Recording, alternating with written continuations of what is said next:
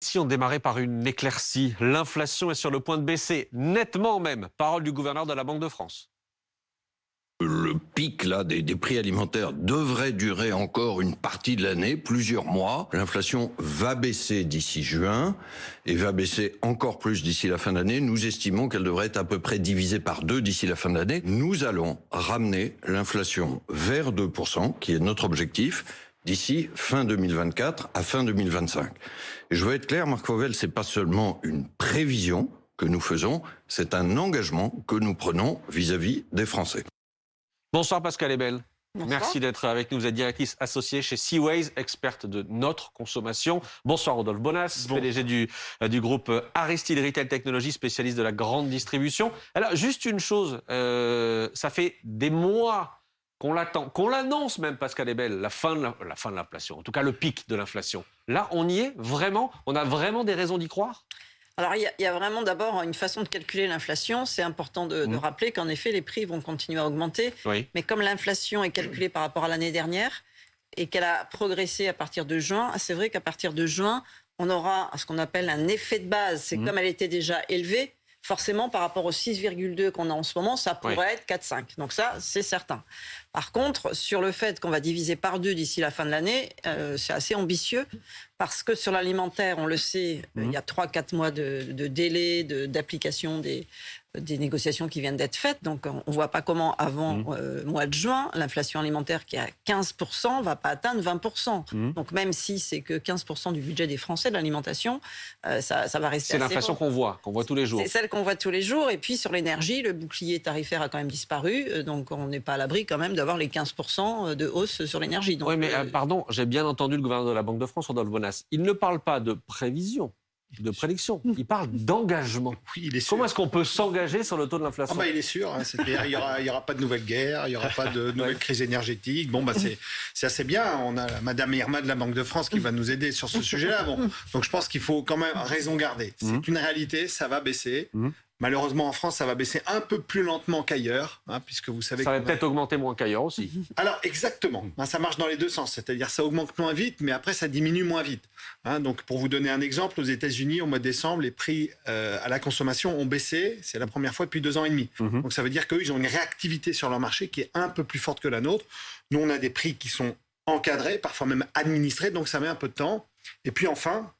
C'est vrai ce que vous évoquez, c'est-à-dire que les négociations commerciales dont on a beaucoup parlé, finalement, elles mettent du temps à s'infuser dans notre portefeuille, mais elles mettent aussi du temps à s'enlever. C'est-à-dire c'est pas très réactif, notre système. Oui, parce qu'il y a en même temps, c'est pas basé uniquement sur un engagement qui vient de nulle part. Il y a quand même des facteurs concrets pour lesquels il dit tout ça. C'est parce que pour les raisons d'espérer, je veux dire, c'est parce qu'il y a pour les prix des matières premières qui ont déjà sur les marchés commencé à diminuer, ce qu'on ne voit pas encore dans les supermarchés. Le blé, pour vous donner un exemple, le blé est passé de 430 € la tonne à 240 € la tonne. Donc ça, c'est un phénomène concret lorsque on est revenu au prix d'avant la guerre. Exactement. Lorsque vous achetez un poulet, il faut savoir que vous achetez 80% de céréales. Donc mécaniquement, le prix du poulet, c'est fait des céréales. Donc normalement, ça devrait baisser. Mais attention, on n'arrive pas hier. Donc après, à chaque fois... Oui, mais même chose pour le pétrole. Exactement. Même chose pour les engrais. Exactement, même chose aussi pour les containers. Les containers, on a divisé par 7 le prix. Donc, on s'arrêtera sur l'alimentaire dans une seconde, mais simplement, Olivier Babot, forcément, est-ce que vous signez l'engagement de M. Villeroy de Galhau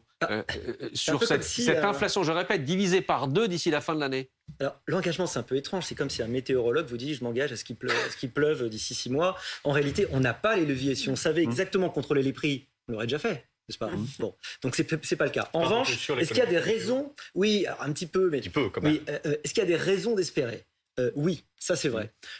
Il est en fait mesuré, si on l'écoute bien. Il part jusqu'à 2025. Il dit qu'on est sur un pic, mais un pic très long, qui va prendre plusieurs mois. Oui, mais il est divisé par 2 d'ici la fin de l'année et on reviendra à 2% d'ici 2024. Un pic de plusieurs mois, déjà, c'est pas un pic, c'est plutôt un plateau. Oui. Un plateau pendant assez long. Merci. Alors, il faut pour aussi la bien précision comprendre, sémantique. faut que les Français comprennent bien. Quand l'inflation ralentit, c'est pas les prix qui baissent. C'est-à-dire qu'ils augmentent moins. Voilà. Malheureusement, les prix vont pas baisser. Il n'y a pas d'apparence que ça baisse. En revanche, l'augmentation va se calmer. C'est probable que dans quelques mois, combien? Est-ce que c'est 12? Est-ce que c'est un peu plus? Est-ce que c'est un petit peu moins? Que les prix commencent à baisser. Les matières premières, l'énergie sont revenus à des bons niveaux. Le coût des intrants, effectivement, dans l'agriculture, et on sait que c'est un indicateur avancé des prix qui vont moins augmenter. Et puis, il a peut-être une raison, Villeroy de Galhau, de le dire. Pourquoi? Parce que l'économie, souvent, c'est des prévisions auto-réalisatrices. Ah, voilà. Oui, il a envie que ça se passe comme ça. Mais oui, parce que si vous attendez à ce que les prix augmentent, vous allez demander plus d'augmentation de salaire, par exemple. Si vous êtes un producteur, vous allez peut-être d'abord essayer d'augmenter pour essayer de prévenir des augmentations de coûts qui vont venir. Et donc, en attendant une augmentation des prix, vous la provoquez. En revanche, si vous attendez à ce que ça se calme, peut-être que ça aidera à se calmer. C'est ça qui est compliqué quand vous êtes politique ou assimilé, parce qu'en l'occurrence, c'est pas le cas du roi de Gallo, mais quand vous êtes politique, vous êtes obligé de dire quelque chose tout en sachant, un peu comme Bison Futé, qu'il faut peut-être qu'il se passe le contraire de ce que vous dites. Voilà. Moi, j'aimerais dire deux choses. J'aimerais dire que d'abord, les annonces qu'il fait, c'est pour fin 2024, voire fin 2025, et que entre-temps, les Français et les Françaises vont morfler, on peut dire les choses clairement. Et on va parler d'alimentaire dans une seconde. Exactement, c'est déjà très compliqué aujourd'hui, donc dire dans un an ça ira mieux. Je suis pas sûr que ce soit susceptible de calmer la colère et les problèmes et de trouver des solutions aux problèmes des Français aujourd'hui. La deuxième chose, c'est que c'est pas la première fois en fait que le gouverneur de la Banque de France fait des petites prévisions comme ça. Je me souviens, il avait déjà fait des prévisions. Il avait dit mais vous verrez le niveau d'activité après le Covid dans un an, c'est bon, on sera au même niveau d'activité. Ça n'a pas été tout à fait le cas. Il fait des annonces toujours un an à l'avance sur la croissance de la France à la fin de l'année. Parfois, il a envie. Parfois, ça tombe juste. Il a envie que ça se produise. Par contre, je suis d'accord avec Olivier Babot, c'est-à-dire que les mythes sont actifs et ils ont un rôle en fait dans l'économie. Après, c'est intéressant parce que autour de la table, personne n'a trop dit que c'était les mesures gouvernementales qui allaient jouer un grand rôle. Vous avez parlé du cours des matières premières, de la situation internationale, mais vous n'avez pas dit que les mesures des Français. On va en parler sûrement du trimestre anti-inflation, mais jusqu'à preuve du contraire, j'ai pas l'impression que ça soit ça qui soit vraiment un élément important pour lutter contre l'inflation aujourd'hui. Antonin, après je donne les chiffres sur l'alimentaire. Ce qui est troublant aussi dans cette annonce, c'est le moment où elle intervient. C'est-à-dire que tout d'un coup, Villeroy de Gallo, le gouverneur de la Banque de France, va un matin annoncer une bonne nouvelle, c'est-à-dire dans un contexte économique ultra tendu sur la réforme des retraites, sur cette inflation qu'on va se prendre de plein fouet et dont tout le monde nous rabat les oreilles sur le Mars rouge et sur cette espèce de fin du monde de la consommation. Et évidemment que cette sortie de Villeroy de Gallo, en disant d'ailleurs, ça n'est pas une prévision, je vous le signe, ça sent vraiment la sortie très politique et, à mon avis, concertée avec le gouvernement, Bercy, qui lui a dit rends-nous un petit service dans le contexte actuel. Même si la Banque de France est censée être indépendante. Oui. Sur l'alimentaire, 14,5% d'inflation au mois de février par rapport à il y a un an. Pascal Ebel, ça n'est pas fini. Qu'est-ce que vous dites, vous Antonin parlait du Mars rouge. Alors, les pros de la grande distribution disent aussi que ce sera peut-être un peu plus étalé que ça. Mais on va se prendre, pardon pour l'expression, on va se prendre en plus de ces 14,5 qui sont déjà actés, plus 10%. Alors ça dépend comment on regarde. Normalement, le 10% qui a été annoncé, c'est par rapport au prix d'aujourd'hui, ça va faire 10%. Donc quand on donnera le chiffre de l'inflation dans un mois, ou même dans 3 mois, comme ils l'ont annoncé, on n'aura jamais 25%. C'est sûr qu'il y a notamment des ajustements qui se font. D'abord parce que dans une inflation, il y a le fait qu'on change de panier, en fait. On va manger moins de produits qui, en valeur, ont plus augmenté. Donc, en effet, les consommateurs agissent pour que l'inflation soit plus faible. Donc, on n'arrivera jamais à 25% au mois de juillet sur l'alimentaire que sur le post-alimentaire.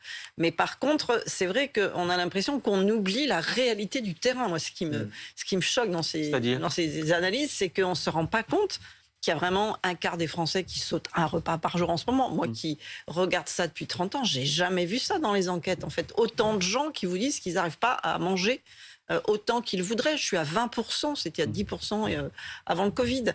Ces jeunes qui souffrent le plus, les femmes seules, ceux qui ont des enfants qui vont, il y a 10% de plus, 20% de plus dans l'aide alimentaire. Ça veut dire qu'il y a des gens qui n'ont jamais été au Resto du Cœur, qui n'ont jamais été dans les épiceries solidaires et qui se sentent qui sont obligés d'y aller. Donc en fait, c'est ça qui se voit. Pendant le Covid, on avait des étudiants qui n'arrivaient plus à manger. À ce moment-là, on en parlait et on a fait des choses en mettant... la cantine avait disparu, donc ceux qui utilisent la cantine ne pouvaient plus manger, en fait. Il y a vraiment Là, le gouvernement vous répond trimestre anti-inflation. Oui, mais alors là, on est bien d'accord que ça ne fait rien du tout. L'autocollant qui va être apposé dans les différentes enseignes. Pourquoi ça ne fait rien du tout pour 2 raisons. La première, c'est que ce qu'il faut comprendre, c'est que la marge de manœuvre d'un distributeur à l'échelle d'un produit est finalement assez faible sur le prix et au niveau de l'impact qui nous concerne, nous les consommateurs. Pour vous donner un exemple très simple, un hypermarché, un supermarché gagne entre 1,5% et 3%. C'est-à-dire que la capacité à rendre de l'argent est assez faible. Ça, c'est le premier effet. Puis le deuxième effet, c'est que finalement, au départ, le gouvernement était parti en disant, écoutez, on va quand même définir une liste de produits bien connus, tout le monde aura la même, on aura les mêmes prix, ça sera les plus bas partout en France. Bon, ça ressemble un peu à l'économie administrée, c'est un peu difficile à faire. En revanche, les distributeurs, eux, ils ont saisi l'opportunité parce que lorsque vous leur demandez de faire du commerce, je vous garantis qu'ils n'oublient pas de le faire. Et là, c'est exactement ce qui se passe. C'est-à-dire que l'ensemble des distributeurs ont vraiment sauté sur l'occasion. Aki fait la liste de 150 produits, de 500 produits, qui fait des publicités en disant c'est moi qui est moins cher. Donc en fait, quelque part, de manière sous-jacente... Un effet d'aubaine. On a presque relancé finalement une espèce de guerre des prix qui, à mon avis, n'est pas très créatrice de valeur et qui va créer un. Mais pardon, mais une guerre des prix, c'est pas mal pour les consommateurs. Alors oui, alors ça c'est vrai. Mais on a déjà la densité commerciale la plus élevée au monde, c'est-à-dire en nombre de magasins, en nombre de distributeurs, en nombre de concurrents. Donc on a une distribution qui est déjà très tendue en France. Donc je pense qu'en réalité, alors juste pour terminer, il y a quand même un élément qui a été souligné par rapport à cette crise qu'on a traversée, c'est qu'on a bien vu que l'augmentation du prix des matières premières dont vous parlez tout à l'heure est le seul moyen finalement d'arriver à augmenter le revenu des agriculteurs. Tous les autres dispositifs qu'on a pu imaginer jusqu'à présent, les histoires de ruissellement, etc., ça n'a jamais marché. Mais là, on voit, ça y est, on sait après cette année 2022 que ce revenu des agriculteurs, qui est bien sûr même encore trop faible aujourd'hui, le seul moyen de le faire, c'est d'augmenter le prix des matières premières. Il y a une chose, il va y avoir de nouvelles négociations qui vont se faire d'ici 3 mois. Olivier Babot, est-ce qu'on peut imaginer que les prix en grande surface, par exemple, baissent sur certains produits? Est-ce que ça existe, ça? C'est compliqué si on se souvient bien du passé récent du combat, parce que c'est ça, entre producteurs et distributeurs. C'est quoi l'idée ? On lutte contre ce qu'on appelle les marges arrière. Les marges arrière, c'était en fait le fait qu'on payait trop peu les producteurs et que les distributeurs faisaient en fait des marges trop faibles. On les a obligés à vendre plus cher. Souvenons-nous, c'était ça le débat. Pourquoi ? Parce qu'on n'arrive pas à faire du métier d'agriculteur un métier où on arrive à gagner sa vie. Olivier, c'est aussi simple que ça. Pardonnez-moi, juste ajouter, ça nous a coûté à nous, Français, cette loi, 1,5 milliard d'euros. C'est-à-dire mais parce qu'il faut rétribuer le producteur. Oui, mais c'est jamais arrivé dans la poche des agriculteurs. La réalité, c'est que... Un petit peu, parce que la marge est un peu faible, très faible. Toutes les études disent que c'est quand même... Olivier. Pardon, Olivier. Bon, en tout cas, c'est absolument fondamental de distinguer les prix alimentaires comme on l'a fait. Pourquoi ? Parce que quand on donne le prix de l'inflation, il faut savoir que c'est un panier moyen. Un panier moyen, par définition, comme le français moyen, il n'existe pas. On a tous une consommation qui est différente. Et plus vous êtes pauvre, plus la part de votre revenu que vous consommez dans l'alimentaire est important par rapport à l'épargne, par exemple, que vous pouvez vous permettre quand vous êtes plus riche. Ça veut dire qu'une augmentation des prix à la consommation vous touche beaucoup plus en proportion quand vous êtes plus modeste. Vous voyez, cette espèce de double effet qui se coule, qui fait que déjà c'est difficile, mais c'est encore plus dur compte tenu de la structure de votre consommation, et c'est difficile de l'adapter. Alors les aides, on peut les comparer à des petits anesthésiants. Voilà. Il y aura des petites baisses, mais c'est pas un levier qui va changer. Je veux dire, le vrai truc qui va changer l'inflation, si vous voulez, c'est l'augmentation des taux. Voilà, l'augmentation des taux qui fait que, par exemple, l'inflation de l'immobilier est stoppée. On va peut-être avoir des baisses de prix, peut-être avoir des phénomènes où, à terme, peut-être que ça pourrait baisser un petit peu. Attends, il y a d'autres choses qui se jouent, mais pour le locataire, avec des effets négatifs de richesse pour le propriétaire. Mais pardon, ça, c'est à terme. Ça. Je reviens sur l'inflation dans les hyper, dans les supermarchés, Pascal Abel. Est-ce qu'on peut voir à un moment donné des prix baisser? Ou en gros, est-ce que les prix qu'on a aujourd'hui, c'est acquis, c'est fait, on ne reviendra pas dessus de toute façon? Non, je crois vraiment que c'est parce qu'on a un système qui est compliqué avec cette concurrence, alors qu'en Allemagne, là, en ce moment, le prix du beurre a baissé de 30%. Et en fait, ça, on ne le verra pas. C'est-à-dire qu'on a dans d'autres pays que très peu d'acteurs. On arrive à faire des paniers administrés en Grèce, où il y a en effet, tout le monde a mis le même prix fixé pour un panier de biens. Mais donc, on sent que le système ne permet pas ça. On voit ça quand c'est le carburant, à la pompe, ça met beaucoup de temps, on arrive à baisser. Et dans l'alimentaire, moi j'ai du mal à croire qu'on aura des baisses aussi fortes que ce qu'on a chez nos voisins. Et oui, on dit souvent que les prix augmentent à la vitesse de l'ascenseur et ils descendent à la vitesse de l'escalier. Donc c'est très vrai, c'est Yves Puget qui a raconté ça, mais c'est assez vrai. C'est-à-dire dans l'alimentaire, ça met beaucoup plus de temps à descendre qu'à monter. Alors après, ce qui va se passer, c'est quand même qu'il ne faut pas oublier que le premier critère de fréquentation d'un magasin après la proximité, c'est le prix. Donc ça veut dire que les distributeurs, quelque part, ils vont continuer à exercer leur métier. La concurrence, ça joue. Exactement. Concurrence déjà entre distributeurs, mais surtout exercer une pression sur les industriels. Et là, il faut aussi éclairer le débat en disant il y a deux typologies d'industriels. Il y a les industriels qui sont finalement les très grosses marques industrielles internationales qui aujourd'hui sur lesquelles il faut exercer une pression qui est très très forte. Et là, c'est un combat titan. Et puis, c'est eux qui ont demandé les plus fortes hausses. Exactement. Et c'est bien ça qui est un petit peu, pardonnez-moi, révoltant. Dire, attendez les gars, si vous êtes des grands groupes internationaux, vous avez des profits qui sont assez significatifs, on est dans une situation difficile, il est temps de mettre la pression là-dessus. Et deuxièmement, vous avez après l'autre partie des industries qui sont les petites PME agroalimentaires qui en particulier fabriquent tous les produits finalement qui sont un peu sans marque, ces fameuses marques de distributeurs. Derrière, souvent, ce sont des industriels français. Ceux-là, pour les coups, on a besoin de préserver ce tissu agroalimentaire et donc en préservant leur marge, parce que pour eux, parfois, c'est très très difficile. Oui, par contre, comment expliquer que les prix ne vont pas baisser à un moment donné? Vous parlez du poulet tout à l'heure, des barquettes de poulet à 9-10 euros. Quand on sait que le prix du blé va baisser le prix des céréales, comment est-ce que ça pourrait être justifié pour le consommateur qu'on reste à un prix aussi élevé? Alors, une des problématiques du dispositif agroalimentaire français, c'est qu'on est un des pays dans lesquels il y a le plus de strates entre l'agriculteur et le consommateur. C'est-à-dire que nous avons ici en France un dispositif dans lequel, au moment où vous achetez votre poulet, finalement, quelque part, vous avez un distributeur, une super centrale, vous avez des grossistes, des super grossistes, vous avez après des agriculteurs. Et en fait, il y a des réseaux et des pays qui nous entourent, l'Allemagne, l'Espagne, ont réformé le dispositif agricole pour justement arriver à optimiser la liaison entre l'agriculteur et le consommateur. Et je pense qu'il y a un travail très structurel à faire en France sur ce sujet-là. Mais on ne s'y attaque pas parce que c'est d'une très grande complexité. Si vous attaquez au lobby des coopératives agricoles, je vous garantis que vous avez la France dans la rue demain matin, c'est des tracteurs sur les Champs-Élysées pendant des mois. Mais c'est un vrai problème. Olivier. Il y a un autre phénomène qui peut jouer, par exemple, quand il y a beaucoup de main-d'œuvre dans le prix, c'est qu'il y a un effet cliquet. Oui. Le prix de main-d'œuvre, vous avez augmenté les salaires, et il ne pèse pas. Donc ça laisse le prix au même niveau. Il y a une conséquence de tout ce dont on parle ce soir, c'est que les magasins, et c'est le patron d'Intermarché qui racontait ça, se retrouvent obligés, face à la hausse des prix, de mettre des antivols sur des produits qui n'étaient pas protégés jusqu'ici. Écoutez ce qu'il disait. La nouveauté, c'est qu'on antivole la viande, on antivole le poisson frais emballé, et ça, c'est nouveau. On ne le faisait pas il y a 2-3 ans, mais on constate effectivement des vols qui, lorsqu'ils sont réalisés, sont sur des valeurs importantes. Ça peut être 8-9 euros. Donc on n'a pas le choix, on s'équipe et on a revu aussi les plannings des vigiles pour avoir des présences plus importantes. Ça remet en perspective le sujet, c'est comment rendre accessible, même pas le mieux manger, déjà pouvoir manger. C'est une situation qui nous préoccupe. C'était ce matin face à Apolline de Malherbe. C'est ça aussi, Pascal Ebel, l'effet de l'inflation. Ah oui, tout à fait. 14% de fraude en plus et de vol à l'étalage. Donc ça montre qu'il y a finalement un désarroi par rapport à ça et qu'il y a vraiment une difficulté par rapport au fait de manger. Le prix de la baguette a augmenté de 20%. Tous les produits de base, en fait. Le lait, c'est ce qui augmente le plus, alors que c'est ce qui fait la nourriture de ceux qui ont peu de moyens.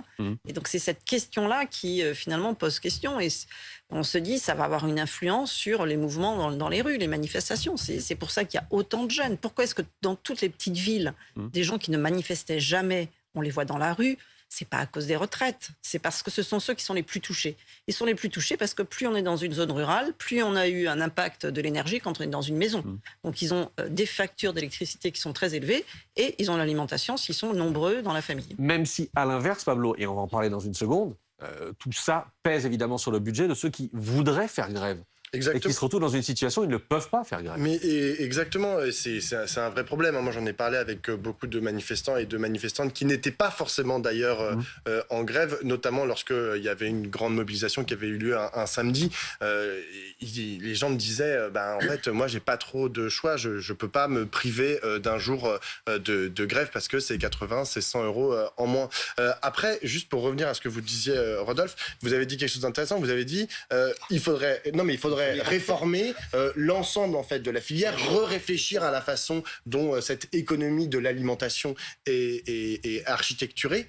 Voilà, Emmanuel Macron, s'il veut absolument être un réformateur, au lieu de se dépêcher de faire cette réforme des retraites qui ne sert absolument à rien et qui n'est absolument pas nécessaire, mais qui nous propose plutôt une réforme ambitieuse de l'économie, de l'alimentation et de réforme de la filière dans son entier. Là, il y a quelque chose à faire. Là, il y a une urgence. Et là, les Français et les Françaises, à mon avis, comprendraient que, oui, il est minuit moins 5 et qu'il faut le faire tout de suite. Bon, merci Rodolphe Bonas. J'ai une bonne idée. Merci d'avoir été avec nous. Merci Pascal Ebel également d'avoir été avec nous ce soir dans 22h max en direct.